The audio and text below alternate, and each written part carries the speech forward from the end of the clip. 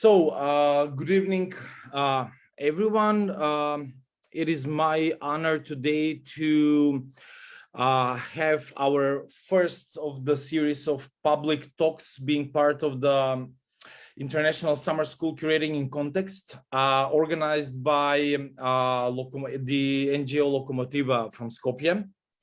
The Summer School Curating in Context aims to critically reflect and address different socio-political and economic context and develop curatorial methods for rethinking the practices of performing arts in relation to activism, social movements, and self-organization in a dialogue with contemporary critical theories and transdisciplinary studies. Last year, we had the first edition of the school, and it was organized in partnership with Tanzfabrik from Berlin, Stockholm University of the Arts, and University of Zagreb as part or within the frames of Curating in Context project supported by the Erasmus Plus program of the European Union. This edition is supported by the Ministry of Culture of North Macedonia.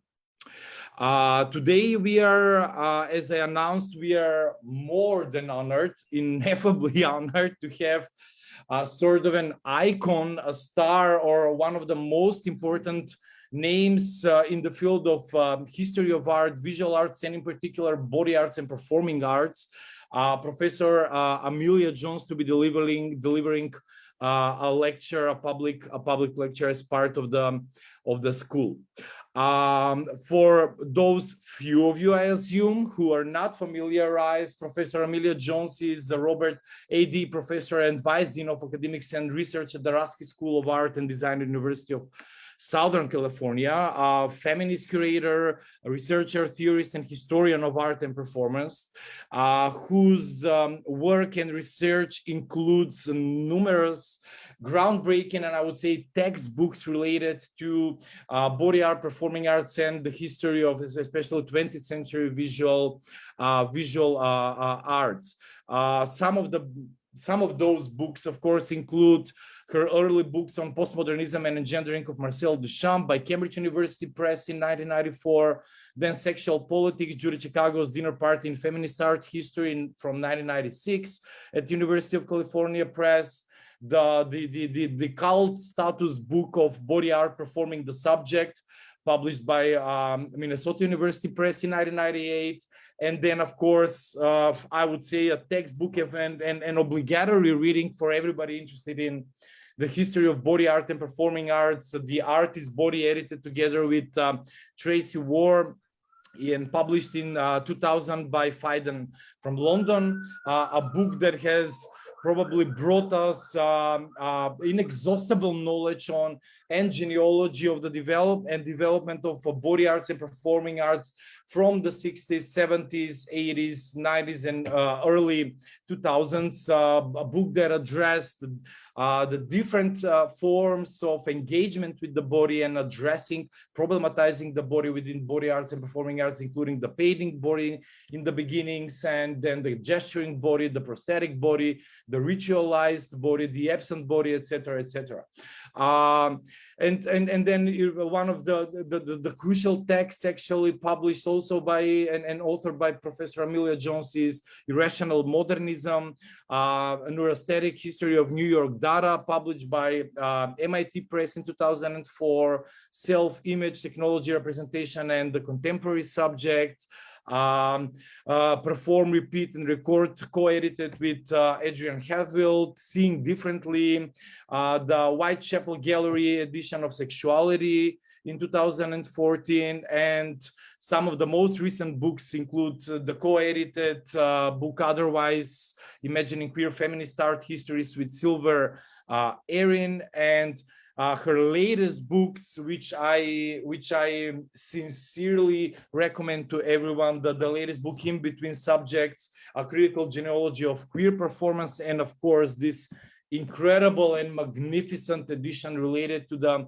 latest exhibition of Ron Athey, curated by Amelia herself, Queer Communion, which comprises an incredible archive materials from Ron Athey's work since the beginnings, his private works and correspondences till his latest work, edited together with, of course, Andy Campbell, a book that will be also part or topic of today's lecture.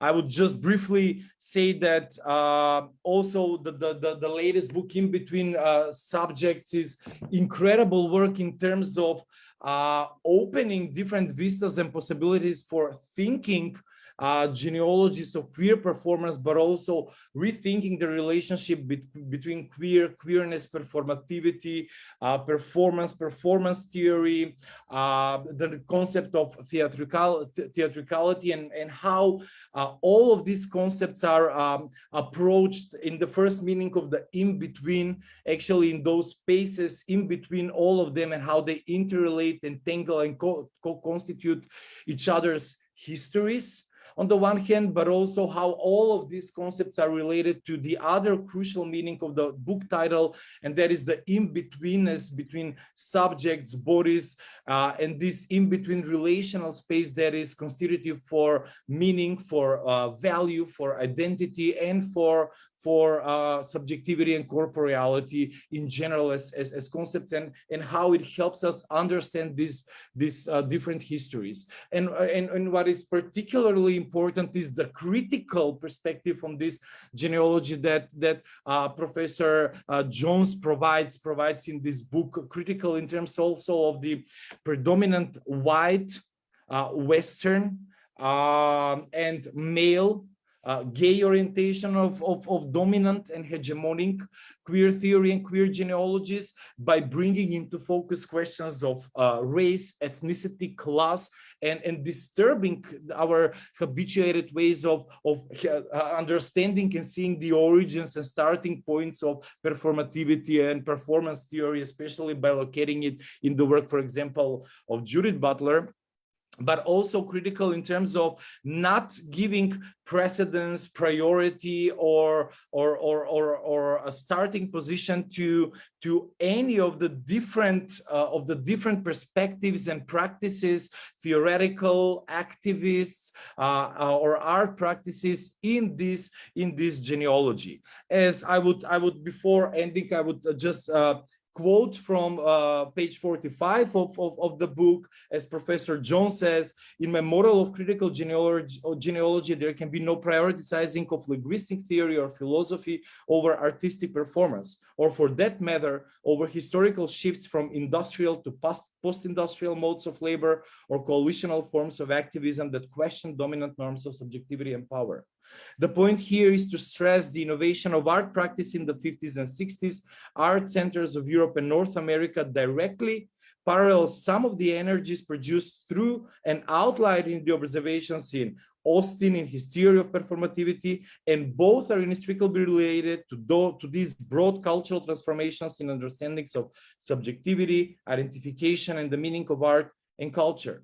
Both Austin's theory and art practices such as theater piece number 1 of Cage, let's say, set the stage for decades of later theoretical and artistic enactments of language or art as process, of art as relational or participatory, and as potentially destabilizing norms of subjectivity and identity for foregrounding the contingency of art, and specifically the role of interpretation and context in its meanings and affects. Perhaps we could go so far, Jones continues, as to suggest that Austin could not have formulated his concept of performative utterances without the destabilizing forces coming to play in European and North American culture. In today's lecture, Queer Communion, Queer Performance, Professor Jones will address and present two overlapping projects, one of which is explicitly curatorial, and both of which address the relationship between queer as discourse and identification, performance and history. So Amelia Jones, as I said, single-authored book In Between Subjects, A Critical Genealogy of Queer Performance, and her curatorial project, which I also mentioned, Queer Communion, Ron Athey. So these two topics will overlap in today's discussion. What is queer performance, generally speaking? Can queer performance, for example, the work of Los Angeles-based artist Ron Athey, be curated? in gallery space, given the proximity and duration of live art in its original forms. So questions of community, queer survivance in the face of precarity, as well as the genealogies of the core concepts of queer and performance will be addressed in the lecture. I know I'm speaking too much. I have this logoraic obsession always with me, but I'm stopping here. And Professor Jones, once again, thank you so much for agreeing to join us. And please, the floor is yours. Thank you so much, Slavko. I feel really overwhelmed by your description of my work. It's amazing to feel so understood. I really appreciate that. And thanks to Locomotiva for sponsoring this amazing series. Let me share my screen.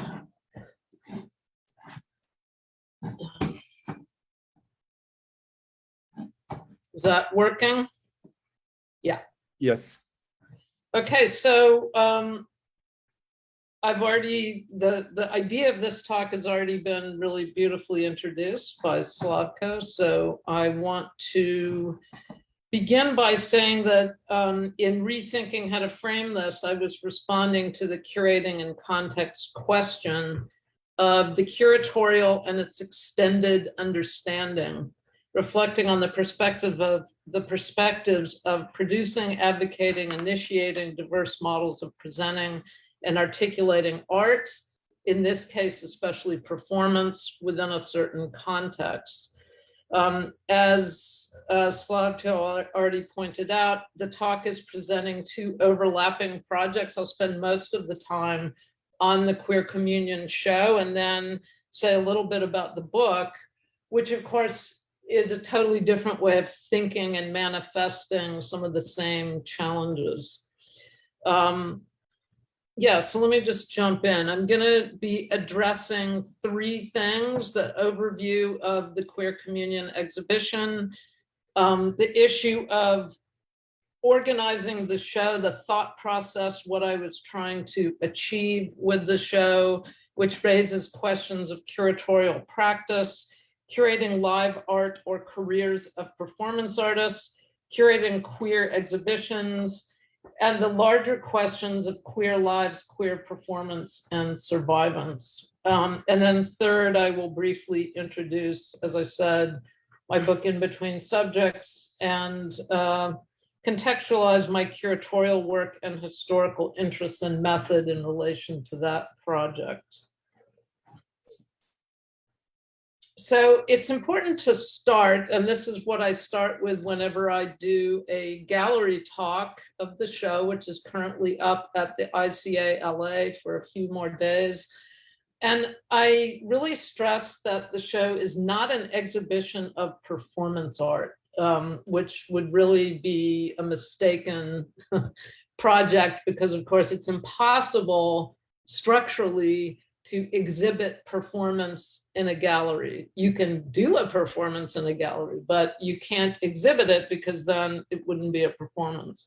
So it's important to me to stress that the show is an exhibition of a performance and creative life and career that is structured around the question of community. And I'll say more about that as I go through the project. So again, the challenges in thinking about how do I think about presenting this creative career, creative life within a gallery setting, how to keep the work alive, how to keep a sense of energy that somehow feels compatible with what I've experienced in relating to Ron Athey and his work, how to frame the work so as to tell a story that provides it with texture, historical framework, without instrumentalizing the work or putting the framework before the artist and what I've experienced in engaging him in his work. And finally, curatorial questions are very different, for example, from performance programming, because you're creating a situation that members of the public will be engaging. So there really is an important aesthetic experience or a question of aesthetic experience. You have to make the experience interesting, fun, compelling, evocative, so that people want to be in that space and want to experience the information and the representations of the creative life. So those are three really important issues in terms of how, from my point of view, what it means to curate a show of a performance career. And of course, it also raises the question in terms of queerness. What is a queer show? And I've done talks about that, and I've published an article kind of asking that question. It's similar to the question I've also addressed of, what is a feminist exhibition? Is it a show by a feminist curator? Is it a show of work perceived to be feminist? Or is it a show of work by artists who are perceived as being feminists? And these are not incidental questions, because I think very often those things get conflated and confused, and we don't have enough conversations about what we actually mean when we say, oh, that's a queer show. So again, I wanted the experience of the show to be a queer experience, if that's possible. I wanted to maintain the kind of erotic and complex intensities of the life of this person who is identified very much with the queer community as a gay man. And yeah, to keep the queer intensities of the work, but also that the work itself, of course, is perceived by most people as queer. So that's a really important element of what I'm trying to sustain in the show. Yeah, so again, what is queer curating? What is a queer show? Can art or archives determined to be queer, curating art or archives determined to be queer, and or by artists seen as queer? And there are some wonderful theories that I think arise out of queer lives that were really generative for me, not the least, of course, Ron's own writing, because he's an incredible writer. But also, for example, the work of Martin Manalasan, who writes about the messiness of queer lives and queer archives, and often the precarity. He would go into archives of people who lived on the margins as trans or queer people and find these kind of complicated messes. And the story of my relationship to Ron's archive, I'll tell in a little bit, but it's definitely, lives are messy, and queer lives that are precarious might be especially so because they don't have the stability to stay in the same place, which is part of how we clean things up. Again, so I'm challenging the tendency to conflate queer as a political concept tied to a theory of denaturalizing heteronormative frameworks, which is often how queer is used, especially in an academic context, the idea of queering something. I'm trying to disentangle that with our assumption that if we identify someone as gay or lesbian or even trans or gender nonconforming, et cetera, that somehow the work is queer. So again, that's just a restating of the same issue. I really motivated and informed in curating the show through methods driven by queer politics. And of course, I was writing in between subjects, which is a genealogy of queer theory and performance theory and practice. And so they were interrelated, these two projects. And, many ways of talking about what it means to curate a show that has a kind of queer experiential angle to it. I'll just throw out one way, and it relates to Jose Munoz's concept of doing queerness. What does it mean to do queerness? What does it mean to create a space where people experience, again, that intensity, the precarity, the erotics of the queer performance? Yeah, so let me talk a moment about queer survivance and where that came from. That actually was not, that actually arose out of the show. So the concept of queer survivance doesn't appear in so much in the catalog. I reference it, but I started thinking about it more deeply. And with the show here in Los Angeles, I was able to plan programming with the help of Oscar Hisa over at the gallery. And we did an event last night called Queer Survivance, in which I brought Ron and a number of other people. And basically, I was drawing on the indigenous theory idea of survivance, which has to do with, of course, it's not remotely the same as what queer people deal with. I did not in any way want to conflate those experiences, but the term is really useful in understanding, in Gerald Weisener's terms, indigenous people's continuing vitality in the face of centuries of violence. And so, to my mind, it was much more exciting and useful to think about in terms of Ron's work in the queer community, because it's about not just survival, because of course the difficulties of facing the brutalities of capitalism, colonialism, and late capitalism, many people experience those, but it's about joy, and it's about resilience, and it's about making community to provide the support that this brutal state is not providing. And so that's just the intersection for me between indigenous and queer experiences in late capitalism. Again, I'm not appropriating the term wholesale. I'm just looking at that one aspect. So it was thrilling last night, actually, to hear Ron and Pony Lee Estrange and Madison Moore and Judy Cisneros with Jean Vaccaro, who was moderating, talking about queer survivance. And really, I could go on for like 45 minutes just about this. It was so exciting. But what really came out as common threads was the idea of connection, joy, a kind of savage erotics, which is, of course, specific to queer community. Remembering, so there's a lot of loss, especially due to the AIDS crisis. And, Ron's career for 20 years was about losing lovers and friends and collaborators.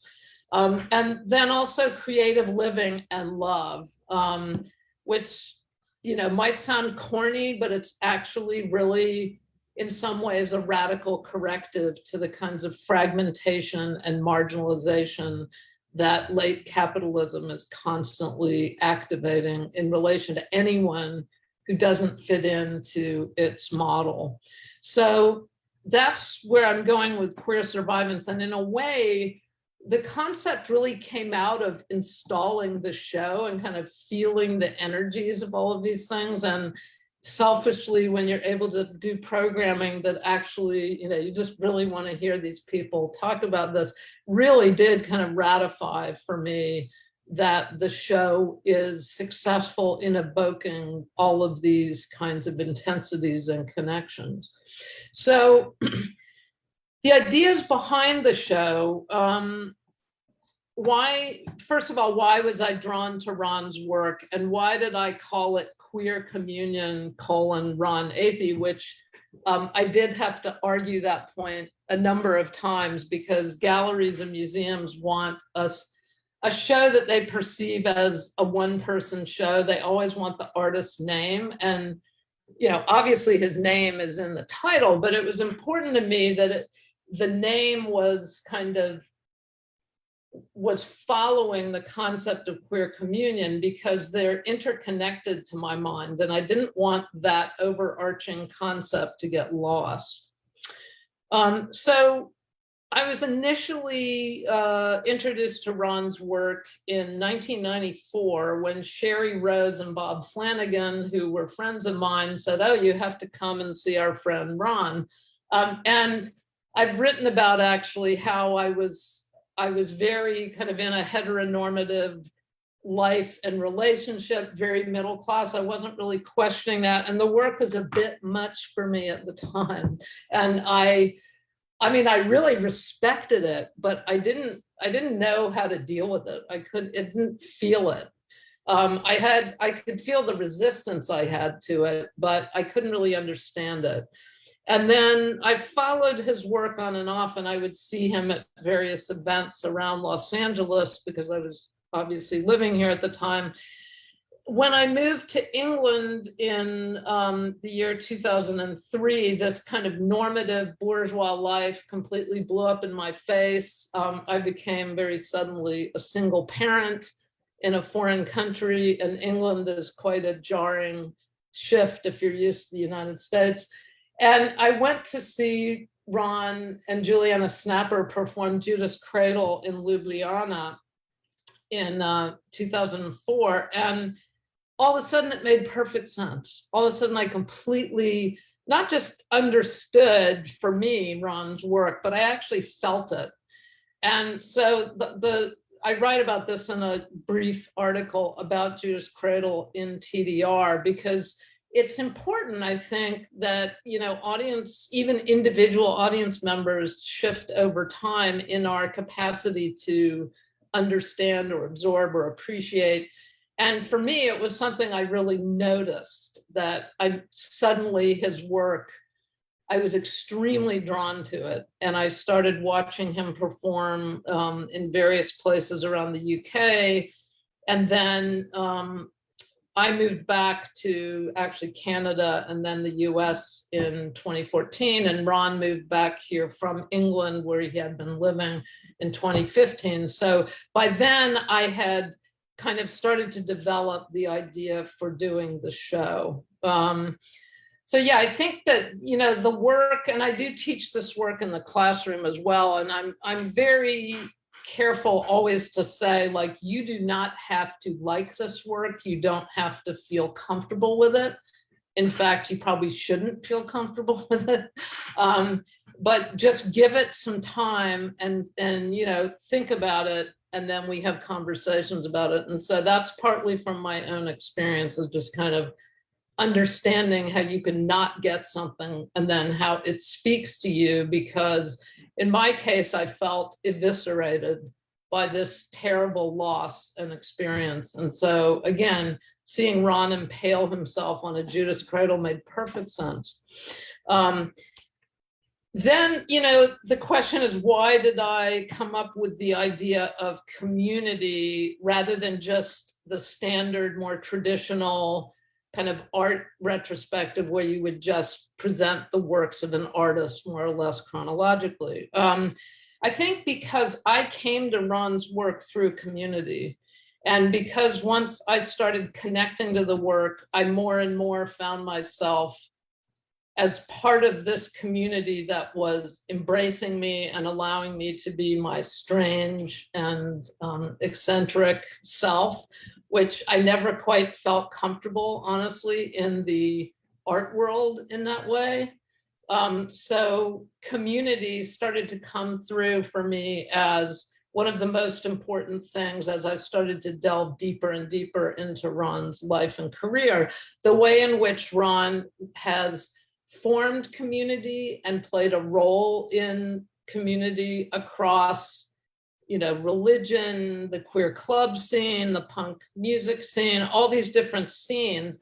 And so that became an organizing principle for me, which I'm really, really excited about still. And I think it's been, as far as I can tell, really successful in making people feel that they understand a bigger picture for the career, that it's not just a group of performances, but it's also about a lived creative life. And again, reciprocally, that's kind of how I started thinking about queerness in general, was the capacity to, for intimacy and love and community that supports against the grain of these capitalist systems. So very recently, literally this year, like long after I had conceptualized the show, Ron was speaking to Hans Ulrich Obrist and basically kind of crystallizes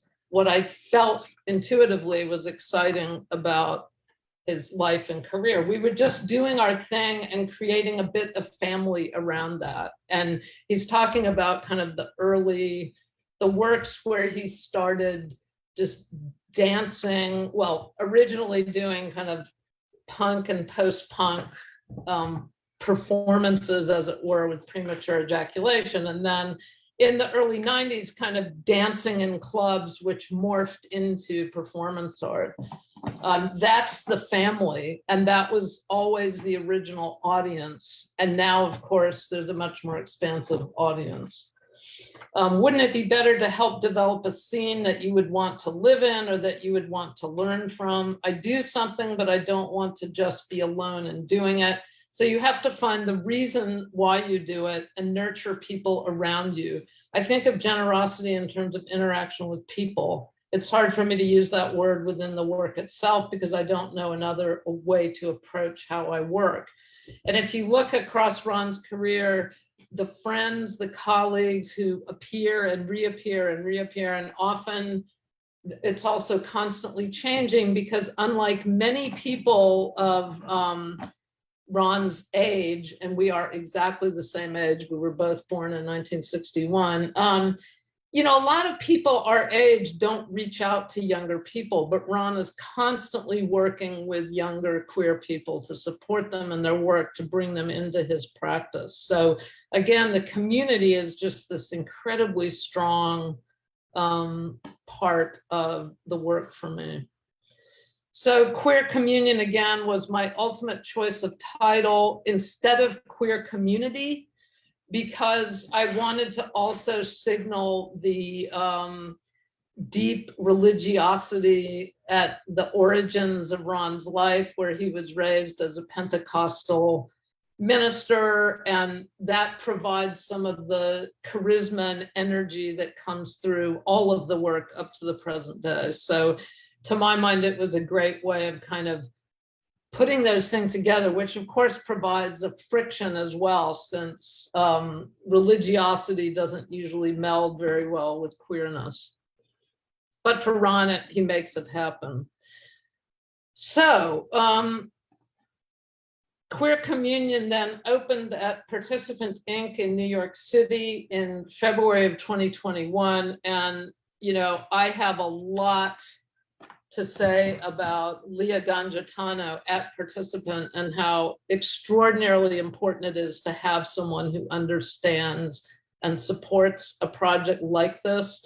I don't think it ever would have been manifested as a show if Leah hadn't persistently shown excitement and support and never talked about her worries about money, even though, of course, we had to do it on the usual shoestring.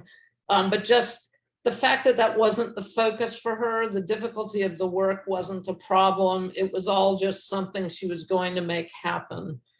So I want to shout out to the people who run these alternative spaces, who do support crazy, you know, expensive ventures such as this show. And so I arrived in February, and of course it was deep into COVID times and wearing all sorts of masks on the plane. And we all were wearing masks in the gallery. And when I arrived, there were these tables, and Ron had brought all these extra props and he was unpacking them. And I was just like, are you kidding me? You know, I've curated the show. How can you bring extra things? This is a curated show. But, you know, I had to like watch my own control mechanisms. And I said to myself, you know, is this about me just resisting because I want to make this happen and I have an idea and I don't want it to be complicated? Or is it about the fact that these really don't fit in the show? And I had to realize that a lot of it was just that I'd been working for so long on my own over this show that I was very controlling. I just wanted it to happen, and it's really hard work. And so when Ron finally clicked in and started to want to play a role, it was hard for me, but in the end, he was amazing and ended up really improving the show because Ron is the one with a sense of aesthetics and drama that I don't necessarily have. I mean, I know what I like and I know what looks good, but it wasn't at the forefront of my mind how to present, for example, the costumes such that they had life to them. And Ron really, with the help of Hermes, his collaborator, and Karen Lofgren, who made some of these molds. So had to do a self-check on my ego and give in to the situation. And as a result, it's a much better show, thanks to Ron. So some install shots, that's Ron and Hermes. And again, that was their idea to put the gold hands on the red and yellow Joyce dress, which kind of bothers me as a curator because there are casts of Ron's hands and he never wore that costume, you know, so that's the art historian in me that's like not factually correct, but it does look amazing, you know, and in the end, Ron is a performer and the space is performative. The huge crew that Leah brought in, everybody masked. And then the opening of the show on February 14th, Valentine's Day, was super vindicating because even though there were all sorts of COVID restrictions about how many people could come in the gallery, you felt the energy of queer community. And of course, people like Kembra Fowler came and I made sure to take a selfie with her. And, you know, it really was queer community. And I have to say the ICA opening where there were no masks and where it was unrestricted and in Ron's and my hometown was even more vindicating. It was amazing. I mean, generations of queer community came to the opening. So, you know, again, that's kind of the opening. And then we go back to just recursively looping back a little bit here. So, you know, how did I then, once I had that idea of queer community, how did I think about pulling the show together in like literally logistical and material terms? I had been thinking a lot about these issues of live art and history really since the 1990s when I started writing about performance. But this came to a head in Europe and the UK when I was living in the UK in the early 2000s. As many of you know, if you're from Europe, the issue of reenactments and documentation and performance in history was huge. It was like everyone was doing shows and, you know, thinking about this and publishing articles. And so I invited a performance studies scholar, Adrian Heathfield, to co-edit this book with me to pull together some ideas and thoughts and issues around that moment where a lot of people were thinking about this. So on the cover, you see Janis Jansa, AKA Emil Ravertine, doing a reenactment of Marina Abramovich and Ule piece. You know, so there's a lot of, throughout the book, there's a lot of reenactments. There are artists sections, there are scholars writing about documentation and reenactment. And so I was thinking a lot about that.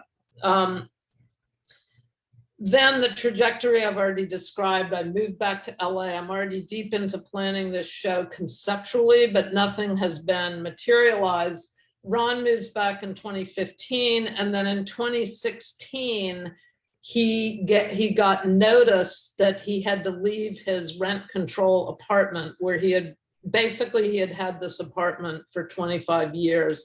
And it was how living in Los Angeles was possible and pleasurable because it was very reasonably priced. So this goes back to the question of queer survivance and precarity. So understandably, he was super upset and started posting alarmist things on Facebook about how he was going to throw his archive out on the street and have a bonfire because he was sick and tired of, you know, the precarity and not being supported. And so a number of friends, including myself, intervened to help out. And my partner and I went over with a truck and actually just started picking up the archive because Ron needed somewhere to store it. I don't have a huge house. I have a lovely but modest house. So, you know, the closets were stacked up to the ceiling. My partner's an artist whose studio is the garage, and that was stacked up with boxes. And we had, you know, we even had the Judas cradle. So we went from, here we are in Ron's garage, where you see the Judas cradle and everything stacked up. And the ability to live as a performance artist where you're not selling work and you're kind of collecting, accumulating over the years is, you know, something that's only possible when real estate is available. It's not possible when cities become too expensive. So that's like a really core issue here. And this is the same boxes now in my garage, and including, I should have given a picture of the Judas cradle in the back of our garage, which, you know, guests would come over and say, what's that?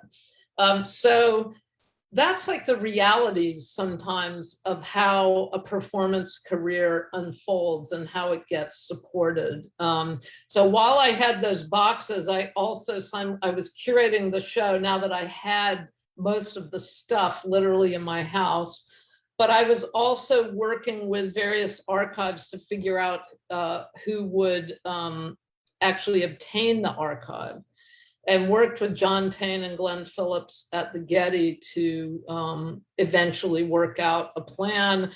And then I had a situation in the fall of 2017 where I had to rapidly finish planning the checklist of the show because the Getty was coming over to pick everything up. And I had to pull out anything that might be in the show, because once the Getty obtains the materials, they don't loan them out ever again, other than maybe one or two pieces at a time. So that 2 points there. One is that a show like this can never happen again because the Getty will now own all the paper archive. Yeah, and the other thing is just the pressure that put on to curate the show before I even had venues. So I was pulling everything out, and I pulled out about maybe a quarter of the archive was still here as I was preparing the show. One more thing that is lost forever from Ron's original rent control apartment was this incredible wall painted as a blackboard where he would list all of his projects. And it's like being inside his brain. It's so fascinating. Every time I would go to visit, there would be a different kind of mind map of all the things he had going on. And if it were an ideal world, I wanted a whole wall just with a kind of timeline that would use this format. But, you know, that's one of those curatorial ideas that would have been really fun, but wasn't destined to happen. So meanwhile, because I love writing books and compiling books, I had already been starting on the catalog, which is a whole other set of issues and problems, because you have hundreds of images that you need JPEGs of, which aren't necessarily the same images that are in the show. And I mean, it was definitely a very intense, complicated year and a half as I pulled all this together. And I very astutely realized that I couldn't do this myself. And I invited my colleague from Roski, Andy Campbell, who's actually an expert on queer archives, if he would co-edit the catalog with me. Totally saved my life. You know, he had a great perspective that was very different from mine. And I was too embedded in it because I'd literally been living with all this material. So Andy especially was super helpful in orchestrating a section of writings of Ron's, many of which have never been published before, so were pulled directly out of the archive. And so that's a really exciting part about the catalog. On the back cover is one of my favorite photographs of all time from around 1980, where Ron had a Polaroid taken and in his terrible handwriting writes "All American," but it's not even, it's like smudged at the bottom, and just kind of encapsulated for me the complexities of what Ron's work and person represent in terms of Americanness.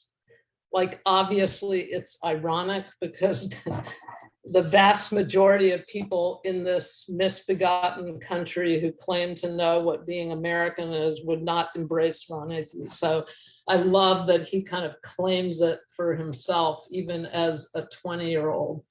And actually, I had originally wanted that image on the cover, and Ron said no, he wanted this very beautiful still image from the Acephalous Monster performance. Fair enough, right? Like, you know, I'm always negotiating with, in this case, the performance artist who wants the beauty of the work to be foregrounded, whereas I'm more into the conceptual issues and archive.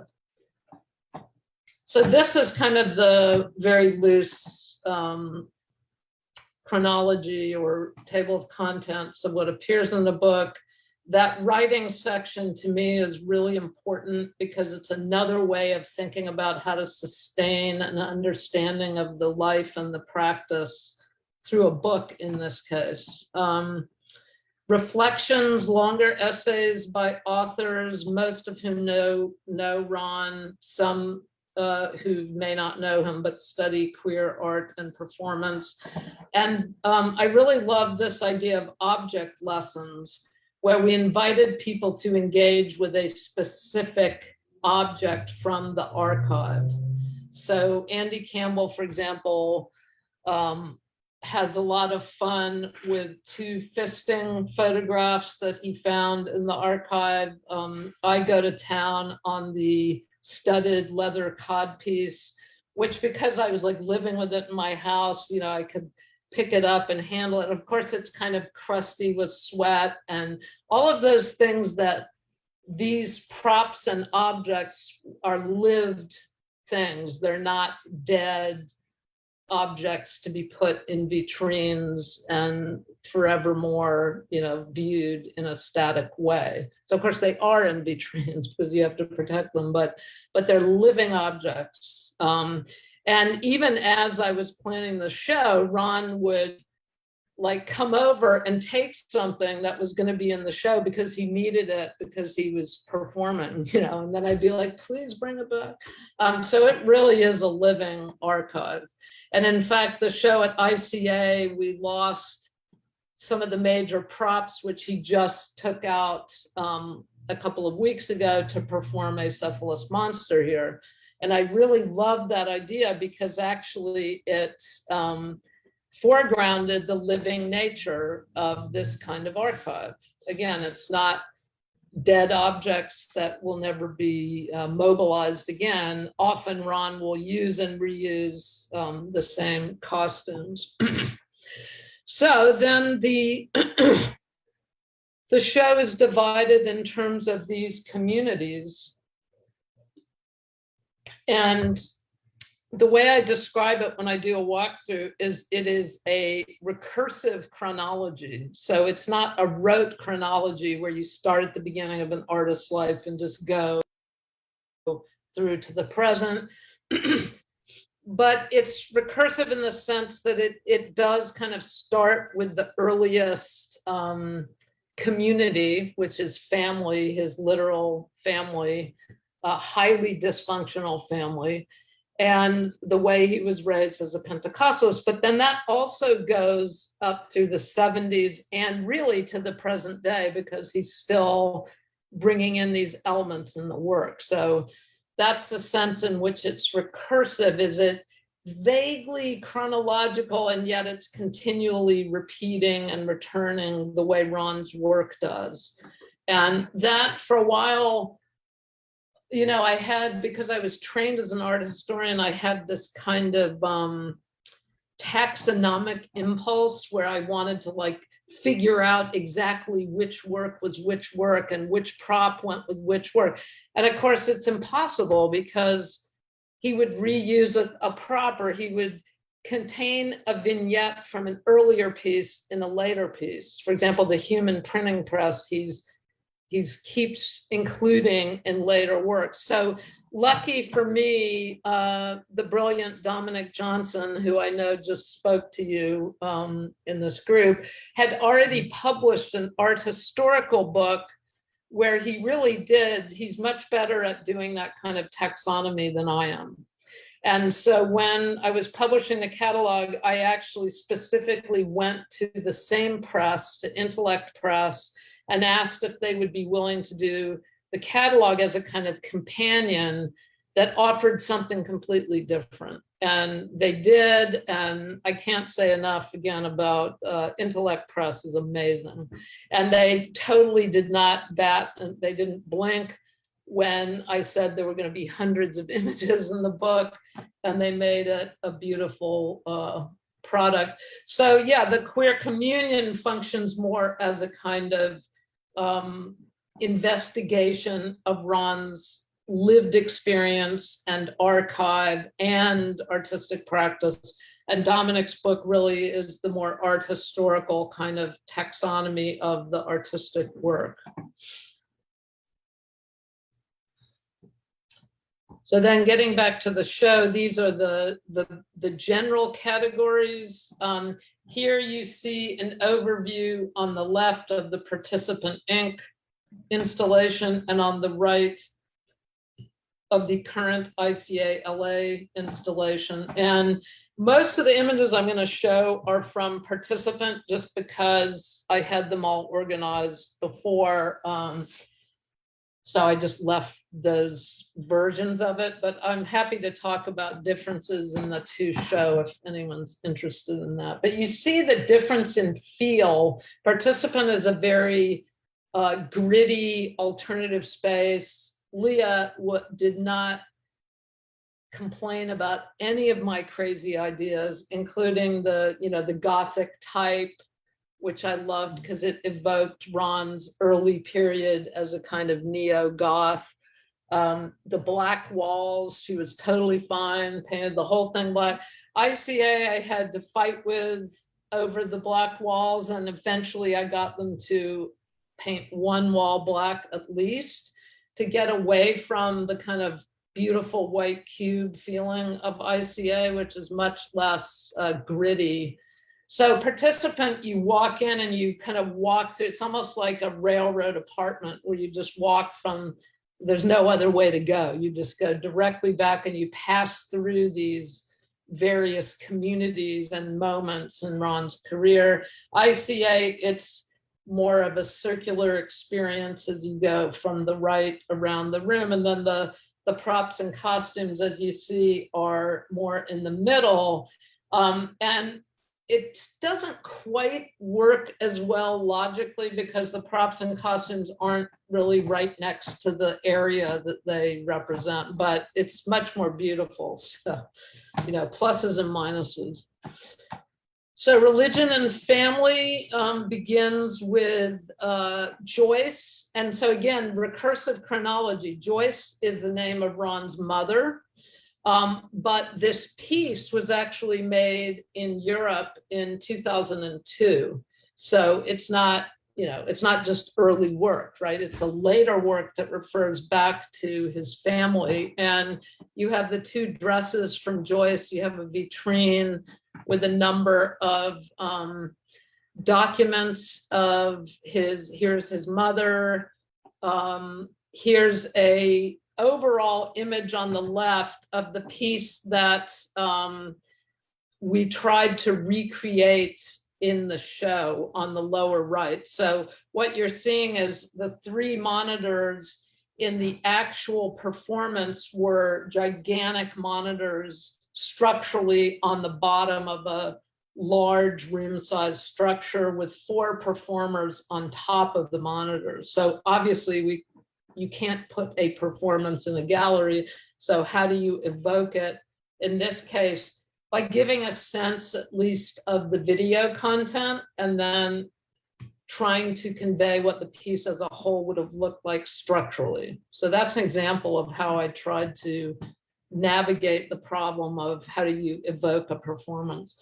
And the piece is really, really extraordinary piece, very harrowing about the dysfunctional sexual abuse that Ron grew up with, but actually also weirdly kind of sexy in that way of complicating what that kind of sexual behavior can be like for a child growing up in that circumstance, and how you can shape it into a life and a career. Also in the vitrine are materials from the kind of religious fundamentalist churches that Ron would attend up through adulthood. So even after he left his family in his teens, he was still fascinated by the ritual and theatricality of people like Miss Velma Jaggers, whom you see in the flyer.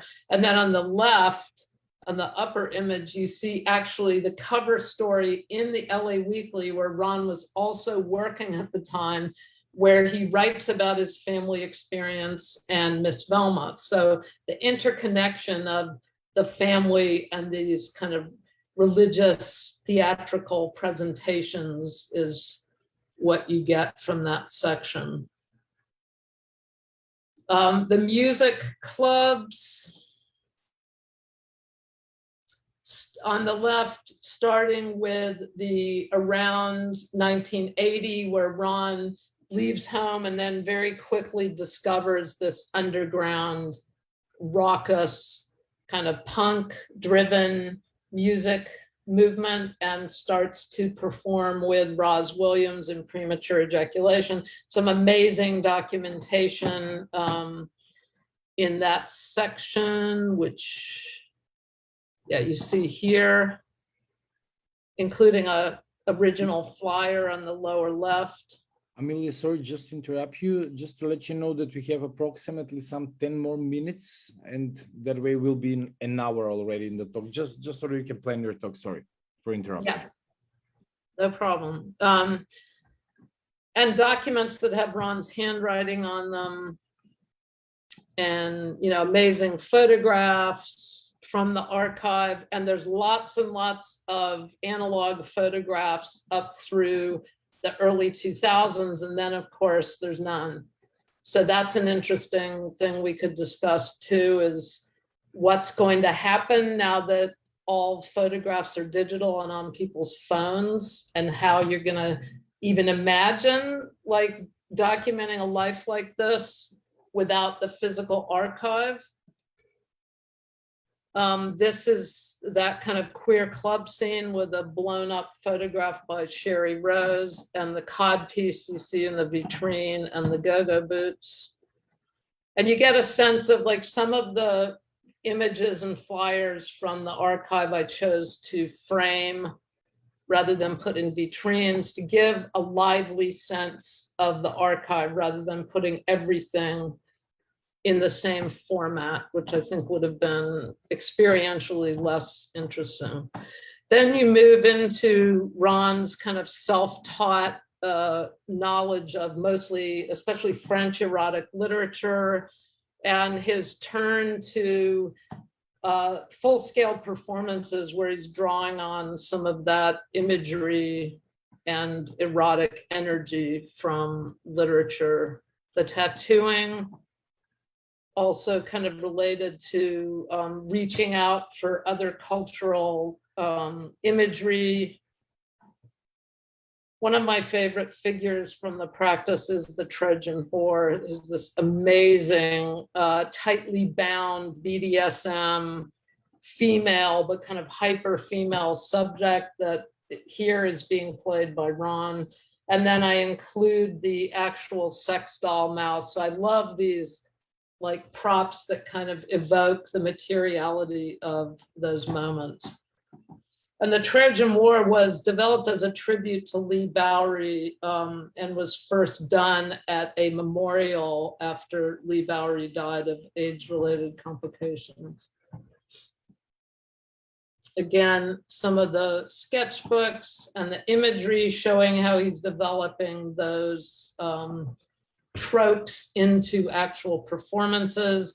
Another trope is the Sebastian image from, which is of course beloved in the gay male community because it's an example of BDSM that comes straight out of official European art history. And Ron has often played on that, especially in the 1990s. And some of the Kathy Opie images, which are quite beautiful, document that. And this is just showing that French eroticism connection with the work of Pierre Molyneux, which Ron has also kind of played on and played out.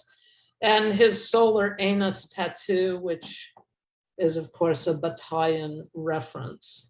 So then you come to the like full scale, very carefully worked through performances, which also coincide with Ron starting to recognize that hiring professional videographers and photographers is something he was interested in doing, rather than just all the work in the 90s is mostly left to happenstance as far as how it's documented. So once you move into the 2000s, you get these gorgeous still images to evoke some of the more complicated performances. Such as Gifts of the Spirit, which has occurred in many different versions. And one of the things we were able to do at ICA is they have a whole screening room. So some of these beautifully filmed performances are shown in full, or some of them in excerpt in the screening room, such as the 2018 version of Gifts of the Spirit. And then the art performance politics is when this addresses, the full emergence into performance art with pieces such as Judas Cradle, but also the moment where in the 90s, Ron becomes part of debates around the US called the culture wars, where queer performers were called out by politicians as wasting taxpayer money, et cetera. So I finally was able to get revenge on Jesse Helms, the horrible right-wing senator who called Ron out on the floor of the Senate, by putting him on a tiny, tiny monitor across the room from, in the middle there, you see a monitor of the Four Scenes and a Harsh Life, which Jesse Helms was lambasting on the floor of the Senate. So he kind of, in the participant install, he had to face this work that he actually never saw as he was calling out Ron on the floor of the Senate. So I had fun with some kind of conceptual political moments like that. So this was the human printing press was the controversial part of that performance. The Lee Bowery cape you see on the left, which was given to Ron by Lee Bowery's partner, Nicola Bowery, just after Bowery died. So we wanted to include that. And then you see how Ron and Hermes really made these beautiful installations out of, for example, on the right, the Holy Woman dress with the cast of Ron's head. And then finally, at the end of the show, you walk into the section on new work and community. So a participant was in the back room, which is very darkly lit and very dramatic, with the beaded curtain and the Louis XVI head from Acephalous Monster. And then there's a monitor showing maybe 200 images of Ron's community and Ron with his friends. And this is again from hard copy photographs in the archive, but also I spent a lot of time following Ron on social media and dragging images off more recently so that I could keep that up to date. And then this is the the ICA version of that. And in the ICA, we have a lot more room. So we were able to include these stunning 4 portraits of Ron. And so, yeah, maybe I'll stop there. I mean, I was going to do a quick kind of go through on this book, but you've already introduced it, Slavko, and maybe, I can talk about it if people have questions about it. Yes, thank you, Amelia, so much for this talk, and I think this fits perfectly well with the interests of also the participants of the school, and it also for me personally, as someone who is experimenting in curating, especially curating performing arts, on how we can deal with the complex questions that come with performing arts and presenting or curating performance arts in general. So I would maybe we can make also an introduction to the book in maybe I don't know if it makes sense, but in these so-called interruptions in your book, where you have your personal and not necessarily academic perspective on the different performances that you address in this genealogy, how would you situate Ron's work, for example, in this genealogy that you're trying to make? How does he tackle different questions that you find crucial for addressing problems of performance, performativity, of queerness, and the critical genealogy?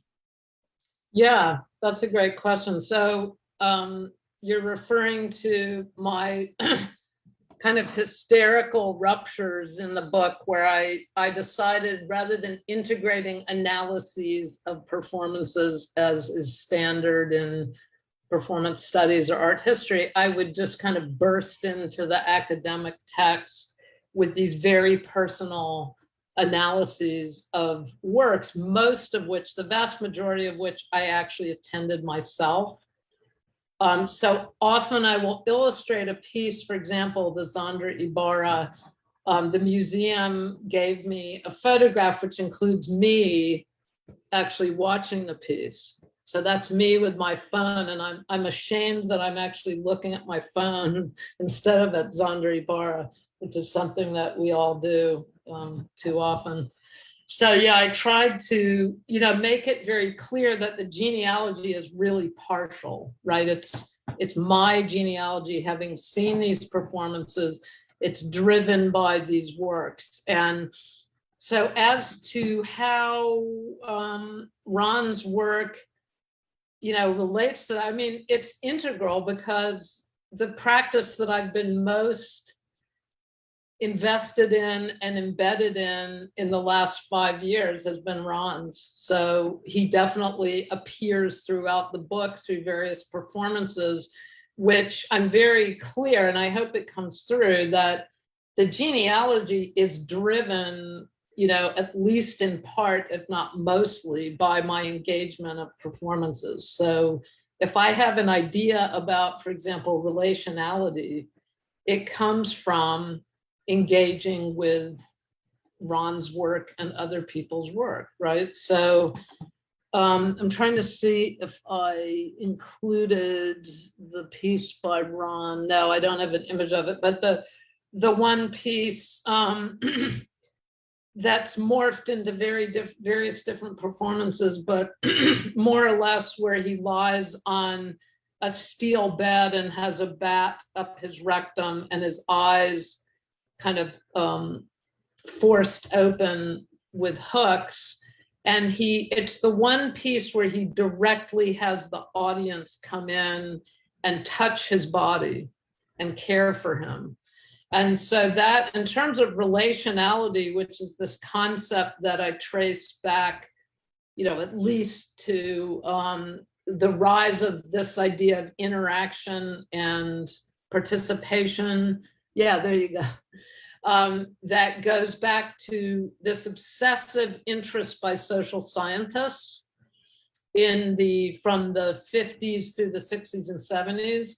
And so there's a kind of tandem in the book where I tie together this kind of discursive history of ideas with performances. And often part of my point is that it's artists who perform something in a way that theorizes, that is at least complementary to what's happening in philosophy or social science, if not you could argue is actually driving an interest in this.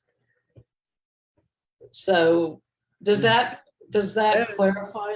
Yeah, and I was I was pretty much wondering, how would you, for example, from this point of view now,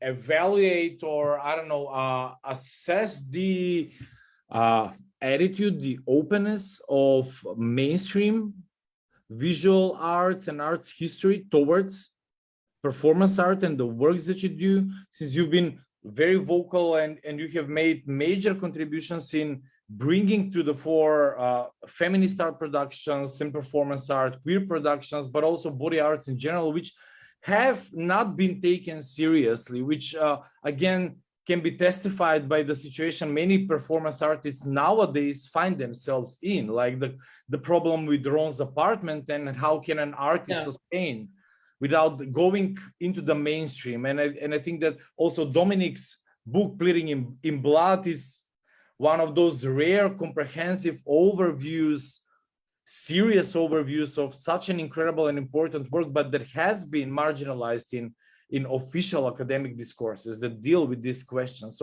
So what is your, for example, position and experience within academia, within your field where you're working now, towards the work that you produce and the reception of that work? You mean the art, the performances I'm looking at, or my work? Yes, the performances, but also your engagement with that work scholarly. And I mean, the performances are, performance art is quite ensconced in the academy at this point, because there's no question, it's not related directly to money or to that kind of support. The problem is that performance artists have no way to make a living. So the work can be written about by academics because we have jobs and we can write, we have the luxury of being able to view performance art and write about it, but there's no structure for supporting it.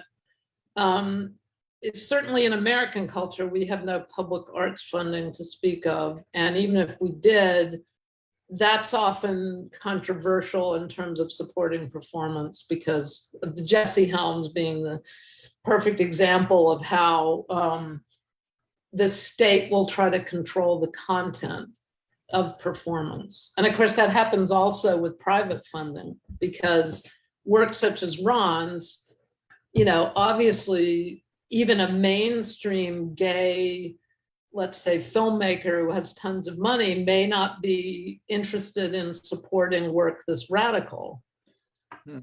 So yeah, I think that's a problem that is completely unsolved. And this is why I wanted to do that panel on queer survivance, because all of these people on the panel, I completely idolize them because they do this work, whether it's activism or performance or both, but they're not supported. They have to have full-time jobs. And that's the reality. I mean, Ron manages to cobble things together, but it's exhausting, As far as my work, I mean, interestingly, once I got out of the official field of art history, which happened because I couldn't get a job in this country once I had left in the field of art history. So I was hired by the art school at USC, and it's been so freeing because I don't have to worry anymore about art historians, feeling uncomfortable around what I'm doing. So that's been really great. I have to say, I do kind of belong more in the art school context, maybe, because my work has always been so hybrid. I was always chafing at the constraints of traditional art history, first with my feminism and my kind of feminist activism, chafing against those structures. And then I think that kind of was partly what drove me to look at body art and performance, was that art history and the art world had completely erased all the work from the 60s and 70s, all the body art and performance work, as if it never happened. So like you would do an exhibition of Robert Morris's L-beams, but then you would, either kind of marginally show a picture of one of his performances, or you would just ignore the performances as if they had nothing to do with his minimalism. And then of course that also meant that women artists, queers, people of color, who were the majority of people who were drawn to performance and body art, were marginalized yet again. So for me, it was moving kind of out of art history, I guess, was a natural progression because I was constantly criticizing it. So maybe it's understandable that art history departments were wary of me. I don't know. Mm-hmm. I would also like to bring you back to the question related to the title, but also to survivance, and that is the question of community and why you insisted in choosing communion. I know that this is deeply related to the religious iconography and ritualistic elements in Ron's work. Yeah. His personal also experience, but I was wondering how do you conceptually negotiate it, and how do you conceptually also manage the these metaphysical and religious tones in communion that can lead to certain organic intimacy that is related to certain religious practice and ritualism, and the concept of community, especially set in the queer context, which refuses. I mean, Berlan and Warner has also written. Michael Warner has written about it. You quote them also in your introduction to the book. The refusal of queer community to somehow submit or enact this homogenizing or organistic idea between communion, and so maybe I don't know if you've had these dilemmas, and how do you think it's negotiated in Ron's work, but and how you approach it in choosing this title particularly. Yeah, I mean, I feel like you just kind of described half of what I would say, which is that it's a constant negotiation. One of the most amazing things about Ron's work, which I still don't fully understand, but I kind of live it with him, is the way that he does not disrespect people like Miss Velma. Like, he's not, most of the people in the progressive art world and in academia see religion as a problem and as a mystification, and anyone who buys into these rituals is a fool. And I have to admit, even though my great-grandparents were missionaries, I definitely had that suspicion. So even when studying feminism, you know, the feminists in the 70s who were interested in goddesses and this kind of thing, I used to kind of just avoid talking about it because I found it kind of embarrassing. But Ron has never done that. He's always had deep respect for the kind of, it's something about the creative energy of that kind of spiritualism that is fascinating to him, up to the point where he actually won the National Recognition Award for the US religious, I forget the name of it, but it's like they actually get that he really honors the kind of energies behind all these traditions, whether they're Pentecostal or now he's moving more into mythology, partly because of working with Hermes, who's from that part of the world. But, you know, for him, it's like, it's not that it's all the same. It's not that like a queer dance club energy is the same as, you know, charismatic preacher, but in a way it's kind of all brought together in his own embodied performativity, because the charisma is there. And the charisma is partly because he was raised, you know, as a potential minister, right? So, you know, it's amazing. And I've learned a lot about, you know, questioning my own very predictable kind of secularism as an academic, and kind of thinking, you know, maybe like even my great-grandparents were missionaries, as unfortunate as I feel missionism is in many ways because it's part of colonialism. But how can I know what they were thinking and doing? You know, like they certainly thought that they were driven by some greater good, the same way that academics today, even though we generally wouldn't admit it, have all sorts of progressive ideologies that we think we're somehow achieving a greater good. So, you know, maybe it's that snobbery and that self-satisfaction that Ron's willingness to just kind of not judge, or, you know, he's a judgy person sometimes, but just to be open, like to all these range of kind of spiritual energies of people across cultures, and that in a way can be quite synergetic with the energies as he enters these very queer spaces. Yeah. Also, I think that might be interesting for people to hear from a curatorial perspective, and especially in relation to performing arts, is because at the very beginning you also mentioned the problem of the aesthetic experience when thinking and when setting this show. So I'm especially in when it comes to performances such as Ron's performances, which effectively, as you said, also can be uncomfortable. Jennifer Doyle has also argued that in one of her latest work, this affective, uncomfortable feeling, this I don't know, even disturbing feelings that can be created through the performances, but also the embodied aspect of relationality that are involved in these performances, like in the Incorruptible Flesh that you just mentioned. Yeah. People are invited to take care. And that on one hand, but also facing directly with that body, which is inviting, staring at you, which is suffering, which is invoking all of these different histories. But that on one hand, but on the other hand, the historical perspective. How do you also negotiate the history when most of these performances have been done? Let's say, you presented it very well, but let's say the 90s performances, which were politically very specific in the context, which was the AIDS or the post-AIDS period that we're living now, as Ron also speaks about it.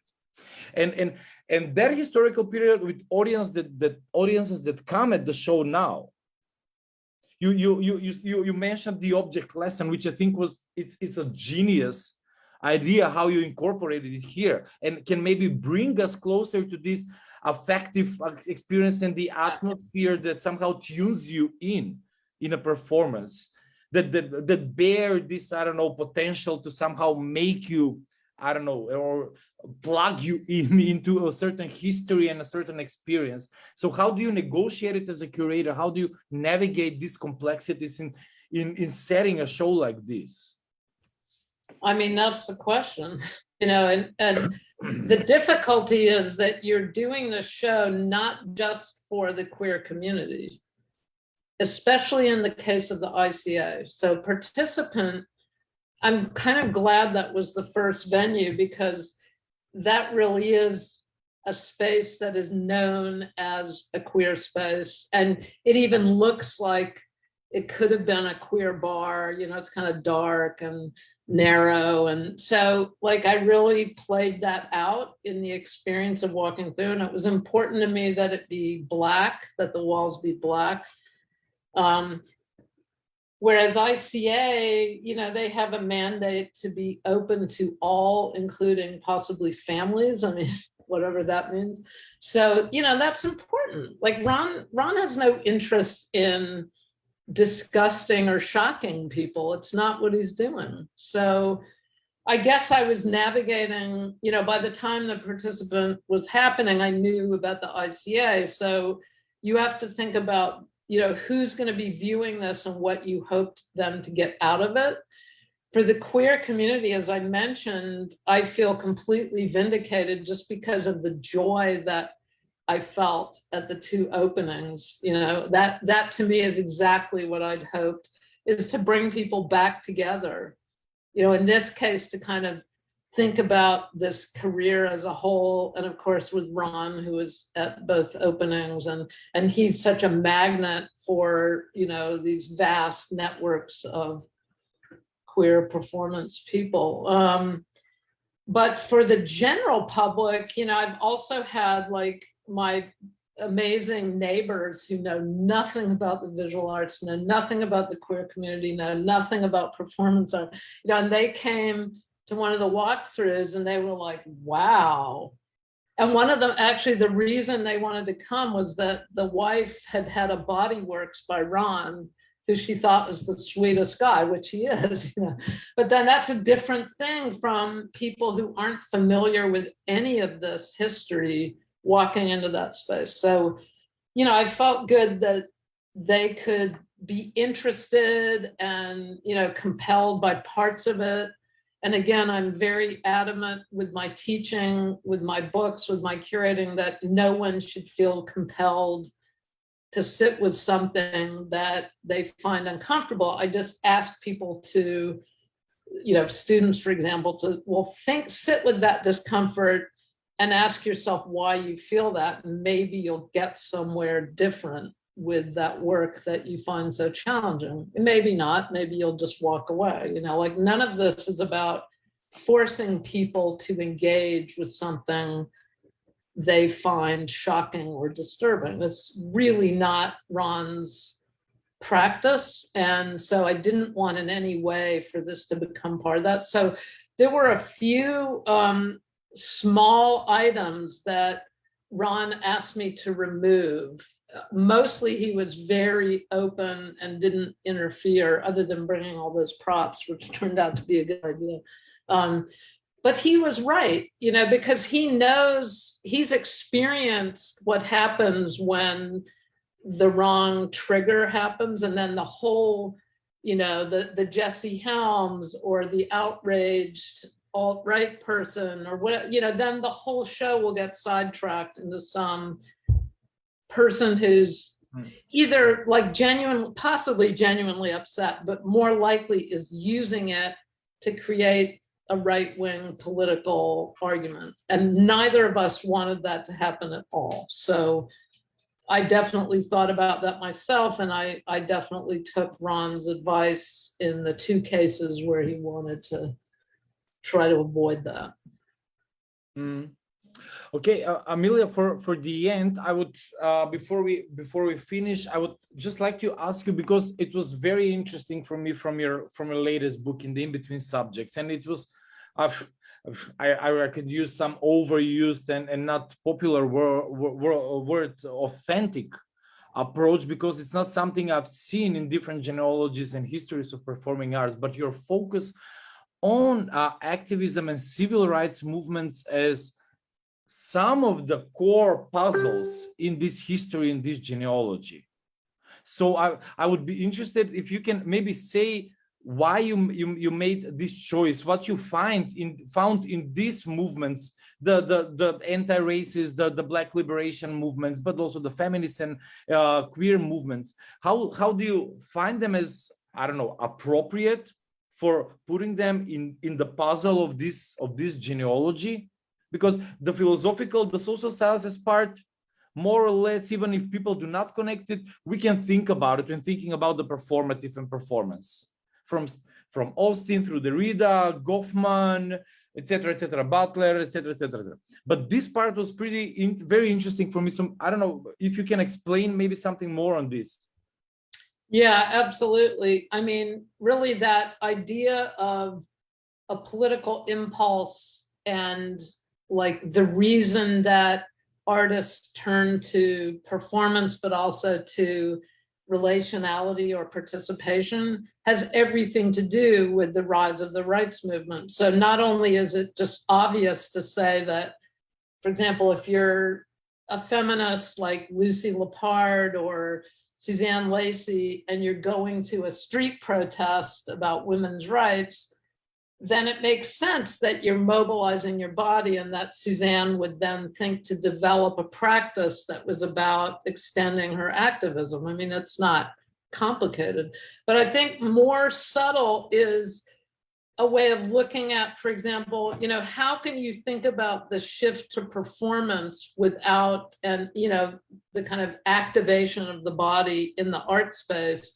without thinking about the way that feminists artists of color, etc., were articulating the limits of the white art world through gestures that themselves really are activist. I mean, in my opinion. So Adrian Piper famously with her calling cards, you know, which she's handing out to people who are racist to her at art events, the one on the left, like that's activism, but it's also seen as part of her art practice. Or Muriel Euclid's, like this is a directly relational piece. She's going into, she's the artist resident for the New York Sanitation Department. And the whole project, the kind of apotheosis is her insisting on shaking the hands of every single sanitation worker in New York at the time. Like that's totally activist, but it's being structured within the artistic context. So to my mind, it makes no sense to pretend like, and I hate to be mean, but, or to ruin my chances with art history again, but so much of art history and the visual art world, like the museum, has been about separating art as if it's not part of the same world. And maybe it helps right now that I'm teaching in an art and design school. So like, I constantly talk to the students, like you're in the world right now, like you're experiencing the pandemic, you're experiencing when Trump was president, you're experiencing Black Lives Matter protests, some of you are going to them. How is that not going to be part of your work? Like, so it just seems so obvious to me. So when you're looking back historically, if you don't try to understand, you know, and of course, if it's deep history, you have to do the research. If it's living history, you can talk to Muriel Euclid and she'll tell you, yeah, it was an activist, you know, like, so how is that not like a key motivation driving this kind of work forward? To me, it's so important. And it also reminds us that the interesting things happening in contemporary art, say in 1960s, were not just white men making minimalist objects in galleries. Like they wouldn't have even been able to think of doing that if it hadn't been for the rights movements and living in that context, because it's all part of the same picture. Super. Thank you so much for this. I would just before we end, I would just read one comment from Anne Ampersand. This is more of a personal comment than a question. However, thank you for your lecture. I really appreciate you sharing parts of your process of engaging with Ron's work, and the way that throughout the presentation you point out moments where either the way you related to the work itself changed, or where the artist challenged your proposition, and to what outcome. Regarding the link with us younger generations, Rose Williams and premature ejaculation, I assume, made a big impression on my goth high school years back in Skopje. So to an extent, I felt like the talks speaking to my own artistic lineage, which is very rare thing in our mine regional context. Thank you, Amelia and Slavcho. So yeah, I just wanted to pay due respect to this comment. Oh, that's wonderful. Thank you. So Amelia, thank you once again for joining us. We are staying in touch because you're continuing part of this school with the mentoring process that we'll have with the students participants. So but thank you for this great talk, and it fits perfectly well. We had Dominic, we're having you, and on Friday we'll be having Ron also talking with the group. So I think we'll have a very good picture and idea of the complexity of performing arts, curation, but also Ron's work and in particular. So yeah, thank you once again. Thanks everyone for following us. Thank you for having me. Take care. Hugs.